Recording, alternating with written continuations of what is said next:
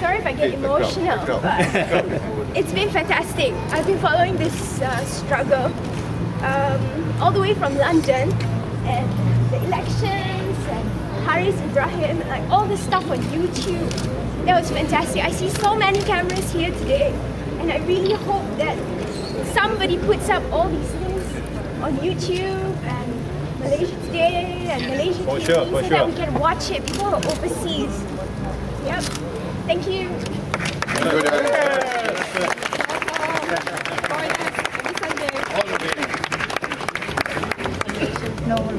Anybody else? In fact, today I appeal for my older boys like me to come forward.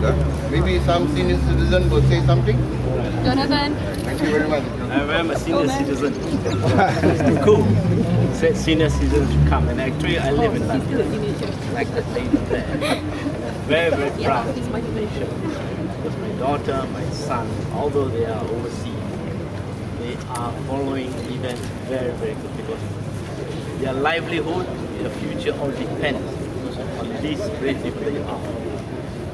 So I wish, especially all of you who have started this movement, will never give up because they are just trying to scare you, okay? You will never be frightened of them. Release community, right? So let's just sing Garaku and see what they can do.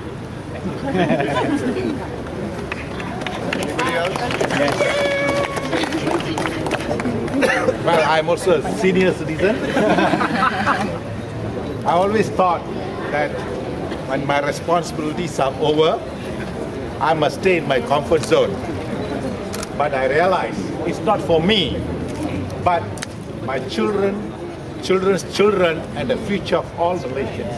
Yes. Right. I realize I want to thank each and one of you who have been brave enough to come forward for this occasion in spite of restrictions. Please remember, we are law-abiding citizens. But at the same time, if our rights are taken away unconstitutionally, in a barbaric law, we have every right to come here, get together, and show them that we are not here for violence. We're here to express our opinion bravely and rightly so. Actually, I think we are beginning to see the light towards the end of the tunnel. It started in the United States of America, where Obama, who is a black, can lead the country. We are looking forward for a day when we have another, not any Malaysian should be able to lead this country, irrespective of race, color, and creed. Ladies and gentlemen, I hope let this be beginning. Let us not stop here. Let's continue this struggle until the ISA has been completely abolished. Yes. That is our basic human rights. Yes. Thank you very much. Yeah.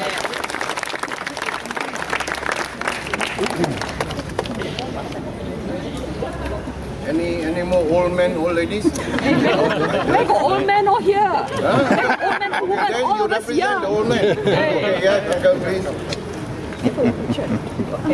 Well, obviously I'm a senior citizen. And I came back from the States a few years ago, and I was so shocked to see this situation continuing on since May 13th.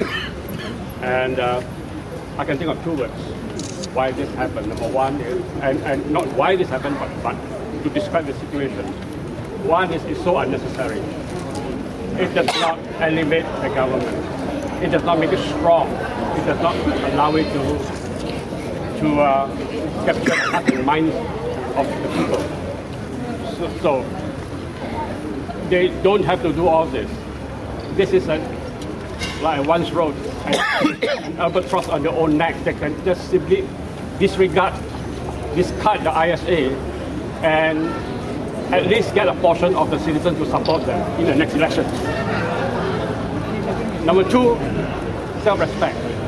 When you deny us the basic freedom, you are telling us that we are less than human. Our right, for example, our right of free speech, these are God-given rights. These are rights that stand even above the constitution of any state. we are talking about the constitution of nature, the constitution of God, actually, the higher laws given by God. And that is the reason why we are here, because not merely because it's a bad law, but because we feel so insulted. I hope the government will see the light and let this be a thing of the past. Thank you.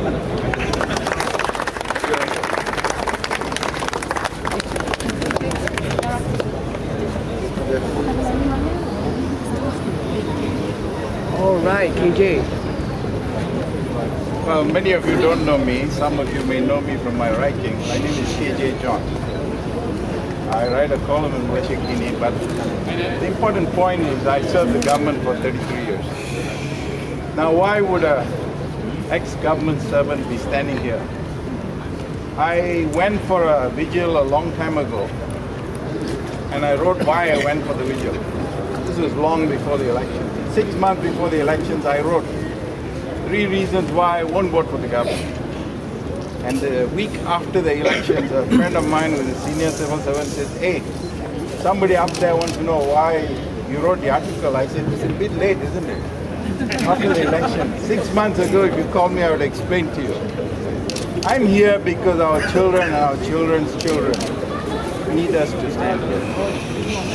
The reason Obama got elected was because Rosa Parks refused to stand up from that bus. She kept sitting, and because she sat, Martin Luther walked, and because Martin Luther walked, Obama could run. Beautiful. So I hope this won't just be in PJ, but in every city of the country, because by now about 70% of the population of Malaysia live in all the local authorities. So I pray and hope. My father stood not the candle, but held the bandera for Merdeka Day, 57. And he gave a speech in our school. I was proud of Merdeka, but I think it's come for the time for the son to stand up. And I hope my children will stand up. So thank you all, you brave people. We need to meet in more cities, and we have to keep this going without violence. It's peaceful march. The way Martin Luther did it, the way Gandhi did it, and the way Nelson Mandela did it. He did it standing in jail for 27 years. Some of us may have to, he might have to be 27 years ago. Don't have fear. See, fear is the exact opposite of dignity. I did my doctorate on dignity. And I asked my closest friend once, what is it that denies dignity? He said, fear. So let's not have fear. We are first-class citizens. After the Al Mauna incident, I wrote to Tan Sri, Deputy IGP, Tan Sri Jamil Johari, who's a good friend from university. I said, Tan Sri, I can't stand this rubbish, because I found out the details of how Matthew was killed. And I said, I'm really disgusted. I'm a first-class citizen of Malaysia, and I don't like anybody treating a brother citizen like this. And he said, I understand your sentiment. I said, that's not good enough. We need to move further. And I hope all of us will continue to encourage our friends in all the small villages to go and light candles. It's nothing very damaging. We may get the wax on our fingers at the worst. Maybe you have to get arrested and get charged. Big deal. So thank you all for coming, and I think we have to make this count, because force cannot be met with force. Force must be met with peaceful resistance.